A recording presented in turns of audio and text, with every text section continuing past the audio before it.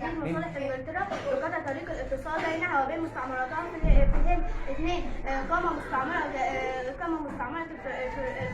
مستعمرة فرنسية في الشرق ويكون مركزها مصر لتعويض الفرنسيين عن مستعمراتهم التي في الجنوب. تمام، يبقى واحد من الحملة الفرنسية عرفنا ايه اسبابها. نيجي نتكلم على جهود الزعامة الوطنية وثورة القاهرة الأولى. ما احنا مالين بالثورات، اتفضلي يا دكتور.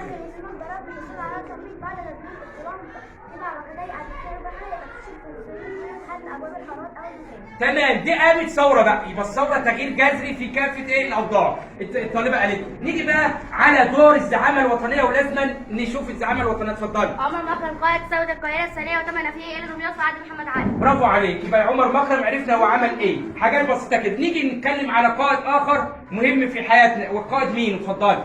انا يمين قائد الحمله الفرنسيه على مصر بعد رحيل كلاب. شكرا، يبقى ايه مين عرفنا بنفسه. نيجي بقى على الزعامه الوطنيه في مصر والقائد محمد قريب. انا محمد قريب لازم وجه الحمله الفرنسيه على مصر. تمام، وجه الحمله الفرنسيه، دي جهود جميل. نيجي بقى على القائد نابليون قائد الحمله الفرنسيه في مصر. اتفضل. انا قائد نابليون بونابرت قائد الحمله الفرنسيه في مصر. تمام، عرفنا ايه بنفسه. نيجي بقى على مرحله اخرى في تاريخنا العظيم وهو كليبر. عمل ايه؟ اتفضل. كليبر قائد الحمله الفرنسيه بعد رحيل نابليون. شكرا، بعد رحيل ايه؟ نابليون. نيجي بقى على محورين هامين في حياتنا. القائد نيلسون عمل اصل حاجه في اسكندريه. اتفضل.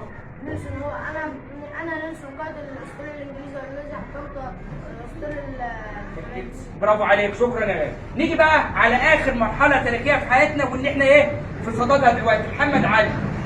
اتفضل، عرفنا بنفسك. محمد علي ولي على مصر عام 1805 بعد رحيل الحمله الفرنسيه. شكرا، بعد رحيل الحمله ايه الفرنسيه. يبقى الخلاصه يا ولاد اللي انا عايز اقدر عليكم اللي كان ده عمل مسرحي خاص بمراحل هامه في تاريخنا العظيم تحت اشراف مجموعه فرسان التاريخ، وعملوا انشطه صفيه اهيت عاملين ايه العصور بتاعتهم.